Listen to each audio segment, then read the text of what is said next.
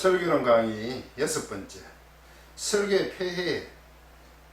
설교의 폐해를 말할 수 있는 것은 설교 자체가 한계를 가지고 있기 때문입니다. 만약 설교의 한계가 없다면, 그리고 성경적이라면 설교의 폐해는 생길 수 없습니다.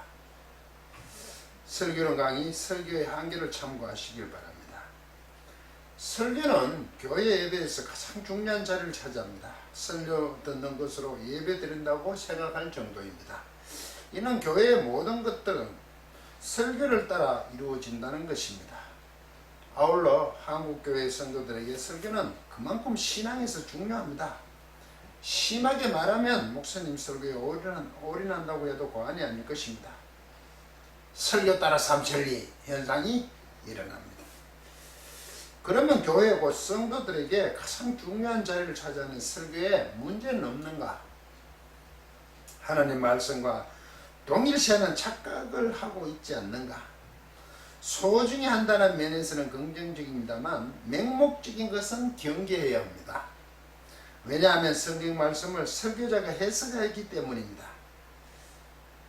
성경 해석에 오류가 없어야 하나님 말씀과 동일하게 볼 수 있습니다. 어떤 사람이 성경을 해석하든 완벽할 수는 없습니다. 다만 성경 본문의 내용을 제대로 담아내었느냐, 그 방향성은 성경적인가일 것입니다. 즉 설교자가 생각하는 것이 아니라 문맥의 흐름을 따라 보았는가 하는 것입니다. 한국교회 성도들이 설교의 의존적인 상황에서 설교의 한계는 신앙을 왜곡되게 합니다. 오늘날 설교로 인해 한국교회의 가장 큰 문제는 첫째, 개교회주의입니다. 교회 종속되기, 개교회주의.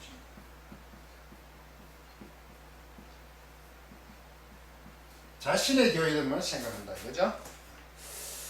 자신의 교회 중심이라는 것입니다. 심하게 말하면 교회 간의 연합이 약하죠. 심지어 교단이 다르면 표현이 이상합니다. 경계하는 모습입니다. 다른 것처럼. 그래서 성도들이 다니는 교회에 종속된 상황이 현실입니다. 둘째, 복음이 왜곡된 기복주의입니다.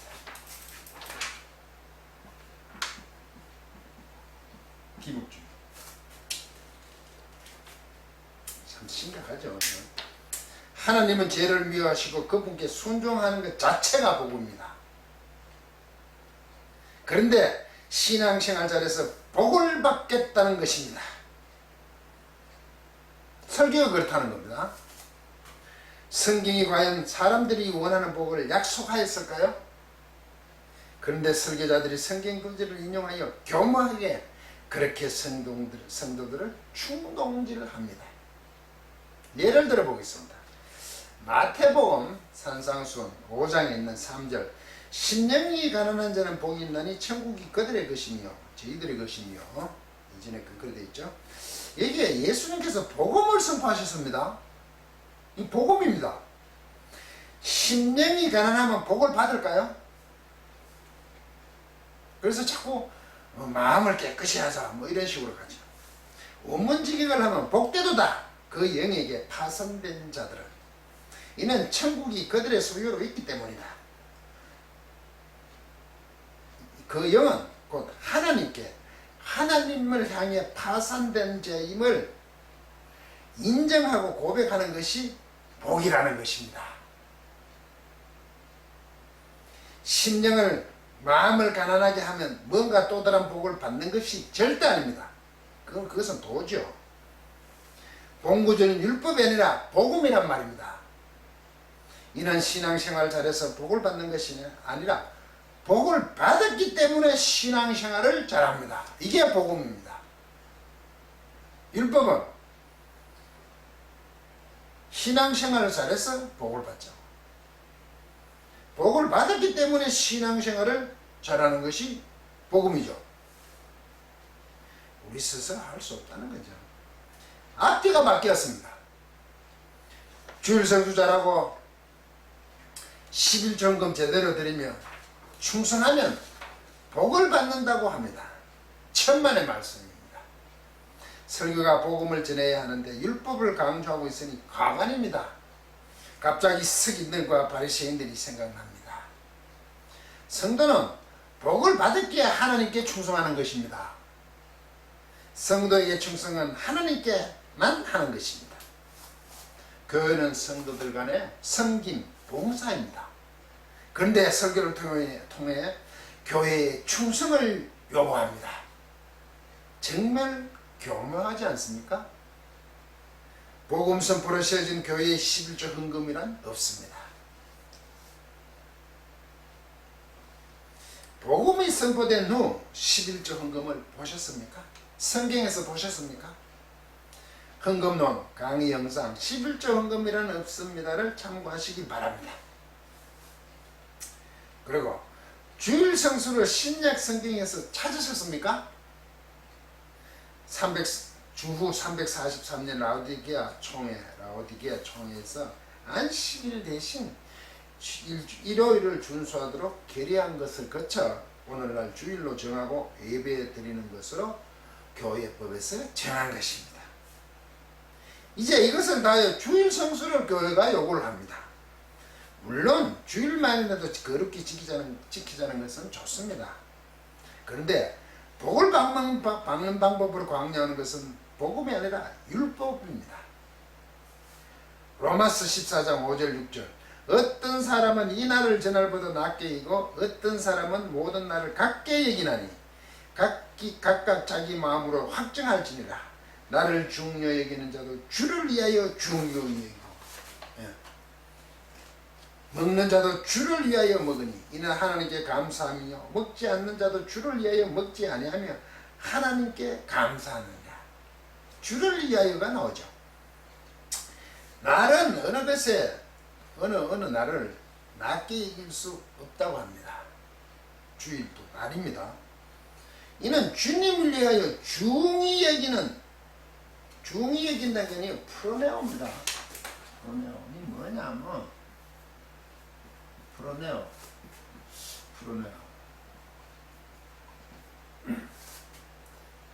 생각한다는 뜻입니다. 이거요. 생각한다. 주님을 위하여 생각하는 거다. 이게 그렇게 생각하니 그렇게 판단하다 이런 뜻이단 말이에요. 생각하는 그렇게 주님을 위하여 생각하는 겁니다. 나를 좋게 종이 여기고 할 때도 성도는 일주일 모두를 성수해야 합니다. 이는 성도에게 일주일 동안 거룩한 삶을 요구하는 것입니다. 그런데 주일 성수 하루로 한정하였습니다.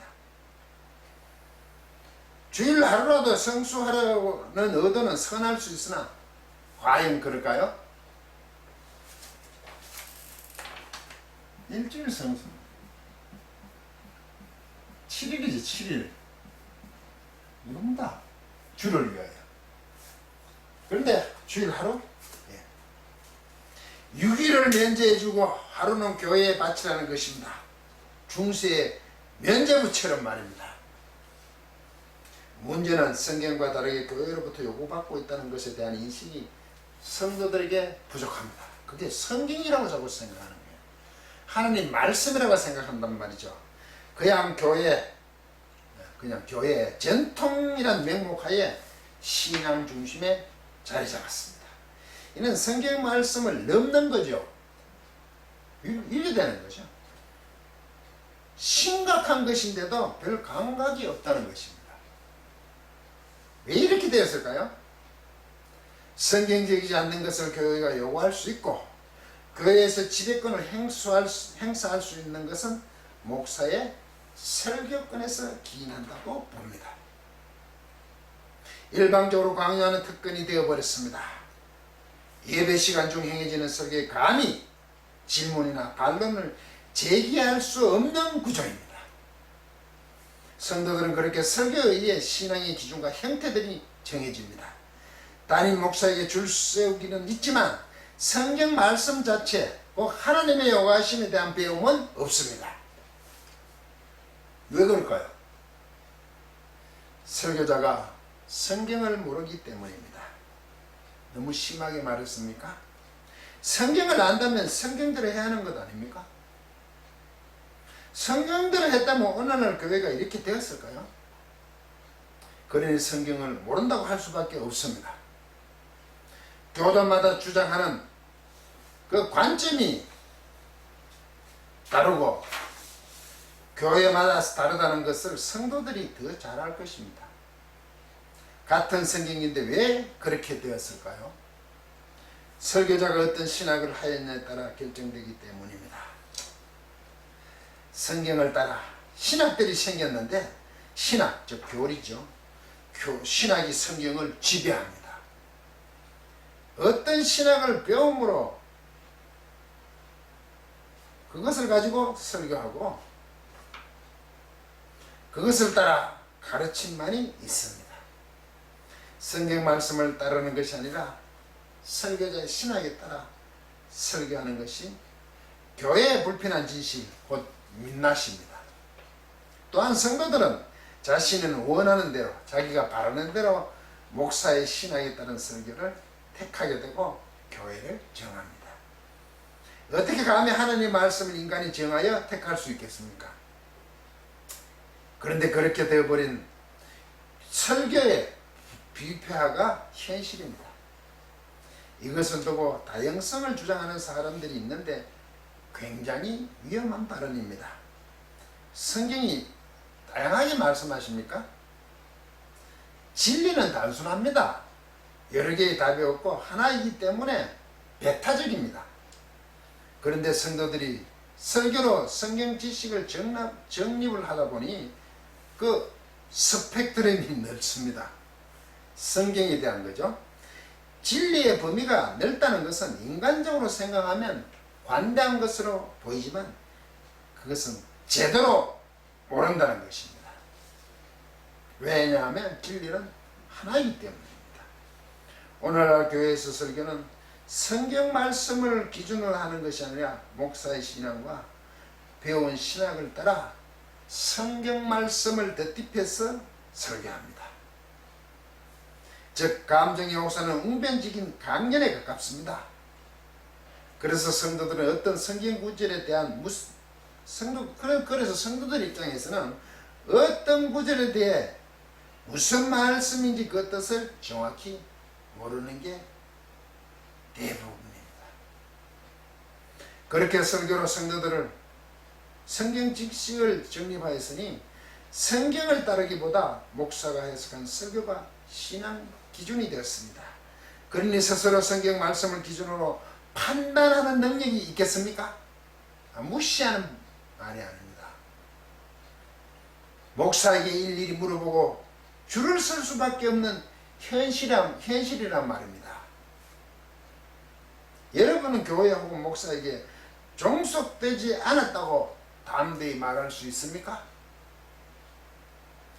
베드로전서 2장 9절 그러나 너희는 택하신 족속이요 왕같은 제사장들이요 거룩한 나라요 그의 소유된 백성이니이르나. 택하신 족속, 너희는 둘째 왕같은 제사장, 독립적이라는 거죠.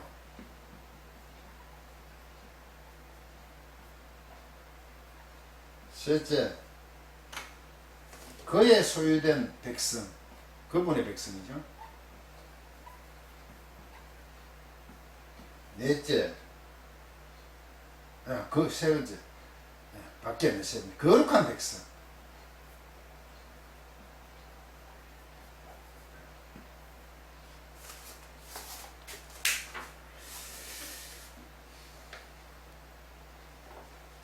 성도는 택하신 족속이요 왕같은 제사장이며 거룩한 백성, 거룩한 나라.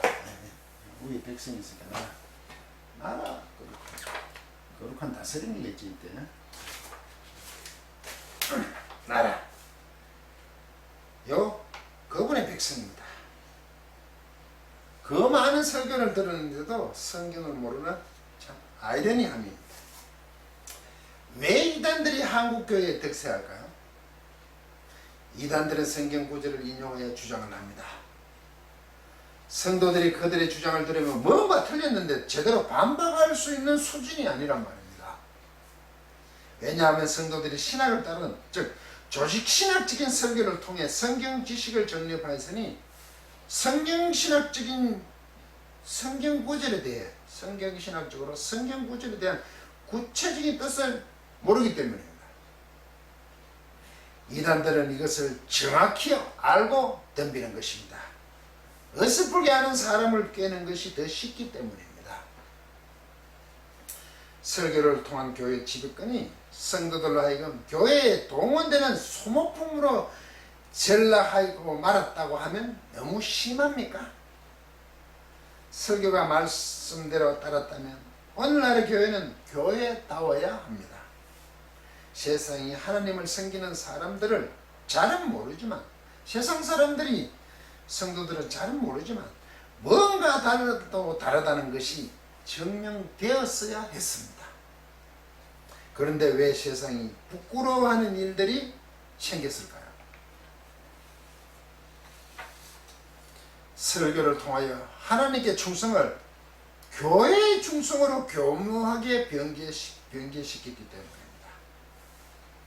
설교를 통하여 교회의 왕들이 되었습니다. 하나님이 왕이신데, 즉 스스로 교회의 왕들이 되어 성도들을 하나님께 충성하는 것이 아니라 교회에 충성하도록 만들었습니다.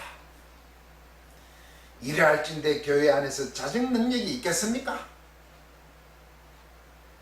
목사에게 줄을 세우고 또한 줄을 서는 웃지 못할 상황이니 설교를 인한 피해는 고스란히 성도들에게 돌아갈 수밖에 없다는 것을 항상 염두에 두셔야 합니다. 끝까지 강의를 들어주셔서 고맙습니다.